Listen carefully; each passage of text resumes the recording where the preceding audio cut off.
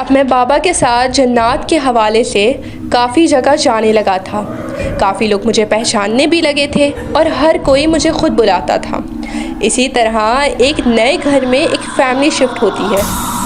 کافی دن تو ان کے ساتھ پرسکون ماحول رہا، لیکن ان کا وہ سکون ایک نائٹ میئر میں تبدیل ہو گیا. اس فیملی میں ایک میاں بیوی اور ان کی ایک بچی تھی. اس بچی کے امتحان چل رہے تھے تو وہ روز رات کو پڑھتی رہتی تھی.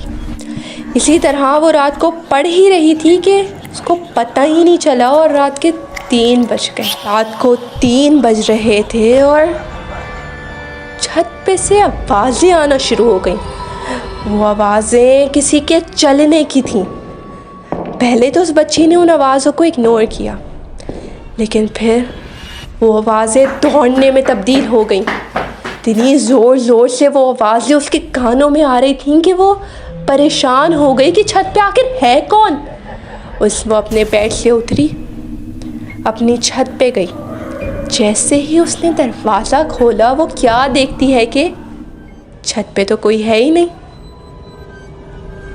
اس نے سوچا کہ شاید میرا وہم ہوگا اور وہ آ کر اپنے بستر پر سو گئی.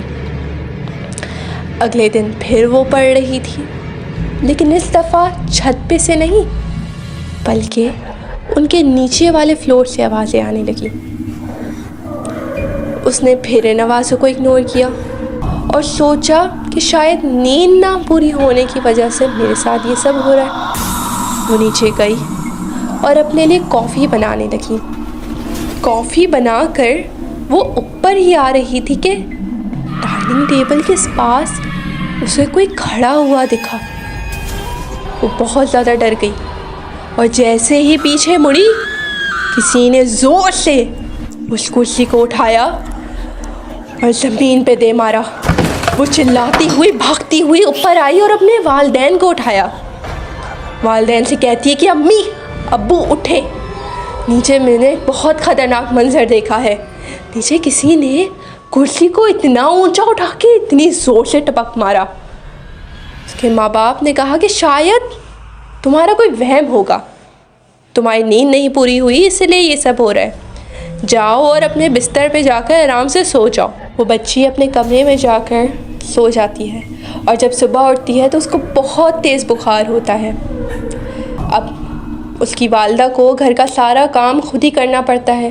تو اسی طرح وہ ایک دن اپنے کچن میں کام کر رہی ہوتی ہیں کہ اچانک ان کا دوپٹہ خود بخود اڑ کے آگ میں لگ جاتا ہے اور اس کے اوپر آگ لگ جاتی ہے. یہ دیکھ کر وہ بہت ڈر جاتی ہیں اور اس آگ کو بجھاتی ہیں. اب اسی طرح کے واقعات ان کے ساتھ روز ہونے لگے. ایک دن میں اپنے گھر میں سکون سے بیٹھا ہوا تھا کہ دروازے پر دستک ہوتی ہے. جا کر دیکھا تو پھر وہی میاں بیوی تھے. وہ آتے ہیں اور ڈرتے ڈرتے مجھے پورا واقعہ سناتے ہیں اور انہوں نے یہ بھی بتایا کہ کل رات سے ان کی بیٹی اس کے کمرے میں لاک ہے اور کوئی بھی اس دروازے کو کھول نہیں پا رہا. انہوں نے ایک دروازہ کھولنے والے کو بھی بلایا، لیکن جیسے ہی وہ دروازے کے قریب گیا جھٹکے سے دور جا کر گرا. ڈرتے ڈرتے وہ اٹھا اور کہنے لگا کہ یہ میں نہیں کر سکتا، آپ جائیں اور کسی مولوی کو بلائیں، وہی آ کر اس دروازے کو دیکھے گا. پلیز ہماری مدد فرمائیں، ہماری بیٹی کو اس کمرے سے نکالیں. میں نے جیسے ہی یہ پورا واقعہ سنا میں نے اپنی کتاب اٹھائی اور میں ان کے گھر روانہ ہو گیا.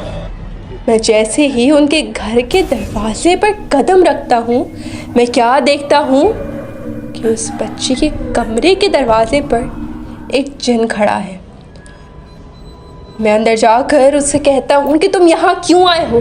تم ان ماں باپ کو اس بچی کو اکیلا چھوڑ دو اور یہاں سے چلے جاؤ.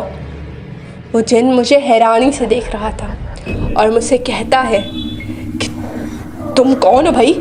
تم آخر مجھے کیسے دیکھ سکتے ہو؟ میں نے اس کو بتایا کہ میں تم جنات کو دیکھ بھی سکتا ہوں اور تم لوگوں کو ختم بھی کر سکتا ہوں، تو چپ چاپ یہاں سے چلے جاؤ ورنہ میں خود تمہیں یہاں سے دھکے مار کے نکال دوں گا. وہ جنات کہتا ہے کہ تمہیں جو کرنا ہے کرو، میں تم انسانوں سے نہیں ڈرتا. میری اب بس ہو چکی تھی. میں نے اپنا علم پڑھنا شروع کیا اور جیسے ہی میں نے اپنا علم پڑھنا شروع کیا وہ جن ہوا میں دھواں بن کر غائب ہو گیا. اس کمرے کا دروازہ کھلا.